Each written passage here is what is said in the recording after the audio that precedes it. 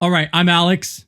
I'm Cruz. And this is Nostalgia Junkies, your rad and dopest podcast for all things nostalgia. Yes, sir. So, Cruz, I was thinking about this the other day. What is an entrance into a franchise that is regardlessly hated by the fandom, but you absolutely love? For me, Mario Bros. Live action. Dude, I love that movie. I know it's also hated, but it was like so bad, it was good. Yes, 100%. I love the actors, right? I think you'll explain it better, but With there the was issue a with Bob bunch, Hoskins on yeah, set. there was a bunch of craziness with that film. So Bob Hoskins, if you're watching the movie, he's the one that plays Mario. And about halfway through the movie, he all of a sudden has a black, what appears to be a glove or support wristband on.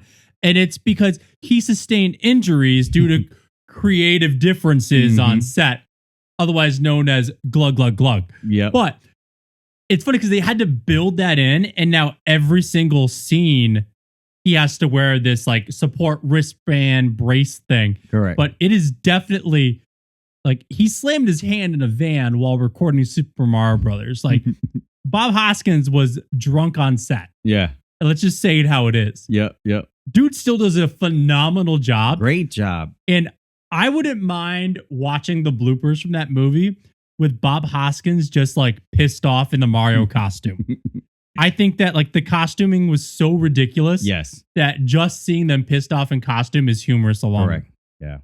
But you also know the story behind why that movie was so disjointed, right? Yes. So the cast and crew obviously had some difficulties, but there was also some difficulties among producers, directors, and writers where there was just a lot of everyone was getting let go.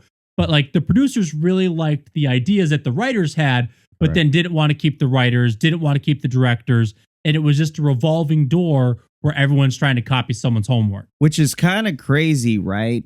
Why wouldn't you want to be involved with such a popular franchise at the time? I know it was just video games and cartoons and stuff like that, but I would have jumped on it all day. Well, because they really wanted to take Super Mario Brothers, the movie, and separate it from Super Mario Brothers, the game. Yeah. Because the game is so lighthearted. Correct. But they didn't want to make a movie for the kids. Yeah. They wanted to make a movie that was a phenomenal movie. Correct. So they tried to give it like that gravity, that force, that this is a deep movie. Yeah, 90s dark grit kind of Double Dragon, those type of films. Exactly, that darker mentality. Yeah. Where the producers liked that, but then like, okay, writers, you've done your job. We're going to bring in somebody else. Correct. But the director didn't agree with the writers.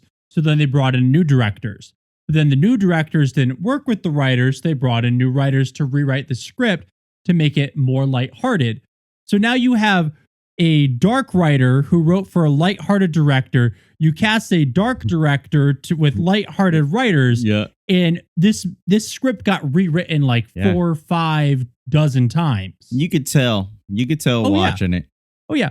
And I think the biggest thing that I love is that the concept for the movie was that they sunk so much in this movie that they thought it was going to be a franchise. Correct. That okay, this is the first installment of the Super Mario Brothers Which franchise. it could have been. It could have been. Because like that first movie focused just on the Koopa Kingdom. Correct. Which then the second movie would have gone into all the other kingdoms. Correct. In the third and the fourth, all the way up to the 8th installment, potentially. Yeah. But that's what the goal for that movie was.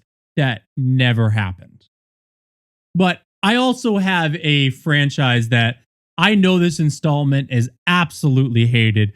It is arguably the worst. And I'll be honest, I know it's the worst. I know it's not good, but I freaking love it. Teenage Mutant Ninja Turtles, The Next Mutation. It's so bad. It's so really bad. And I'm a Turtles guy. It's really bad. I'm not a Turtles guy. I've been very adamant about not being a Turtles guy, but I love this. And it's for pure It's your, nostalgia. it's your time period of Oh, yeah. Turtles. I was a 90s kid. This was the show that came out in that mid 90s when I was cognizant. Correct. Like I watched the old like cartoons, the 80s to early 90s cartoons. But when I was watching Power Rangers, you had Power Rangers and then you had Teenage Mutant Ninja Turtles Next Mutation. And they were both done in the same style, which again wasn't good. Yeah.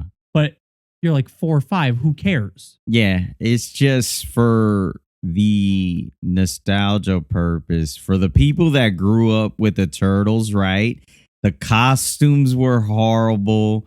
The storyline was Awful. just as bad. The dialogue. Yeah, it was weird. The scene when the brothers meet Venus for the first time, the female turtle. Yeah. Whoa, a female turtle. Yeah. Like it's just so bad. It is. But I absolutely love it. I think the reason I also really love it is for the toys. Okay. While again, the 80s turtle toy line is phenomenal. Not my cup of tea, but there's definitely heart and passion that went into that. Yeah. As a kid that wants to play with their toys, Correct. I don't think the turtle toys did a good job. They don't stand up well, is what I'm trying to say. They fall over a lot. Yes, they do. Where if you look at the TMNT Next Mutation toys, instead of having that angular foot, they're flat. They're flat. And they can stand up well. And they were a little closer to a 5 to 6 inch action figure. Then, yeah. Where it kind of gave me vibes of like, oh God, what's his name? The guy that plays Jack Reacher.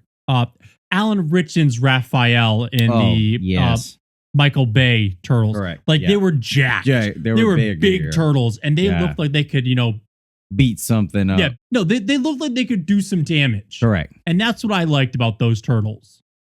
I think that's the best part, that their playability. Yeah, correct. For the toys, yes. Exactly. But, you and I, we love to hunt for toys. Mm-hmm. In addition to Nostalgia Junkies, we also do the No Cable Crew YouTube channel. And every now and then, we get some stuff in the mail or brought to us. Correct.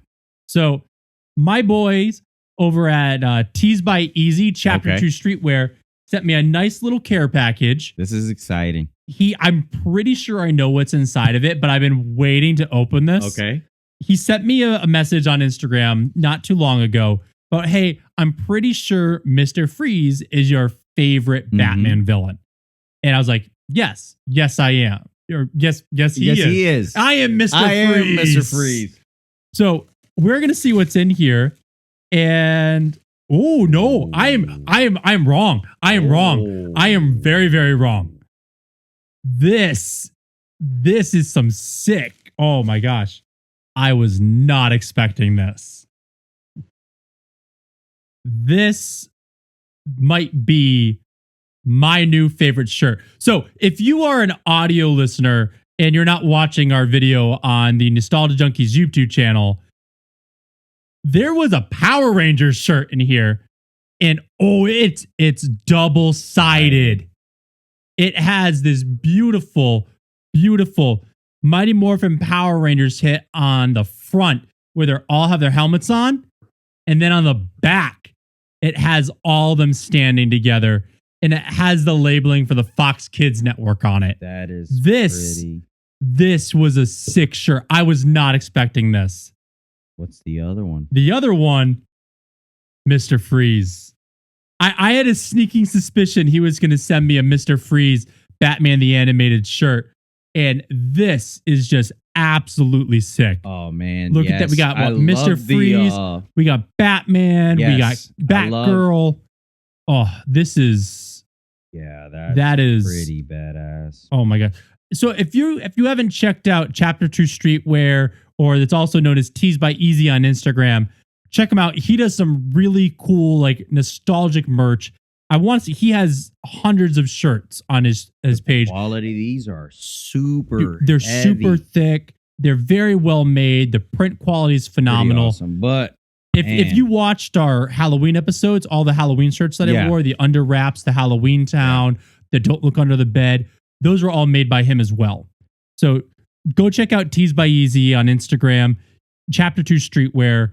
He does a phenomenal job. Like this is great. Yeah. He has everything from Fox Kids shows to Batman the Animated Series to Disney DCOM movies, all the way to even Chicago Bulls stuff. Go check them out. Go check them out. This is awesome. These were pretty cool, man. Dude, he knocked it out of the park with this. 100%.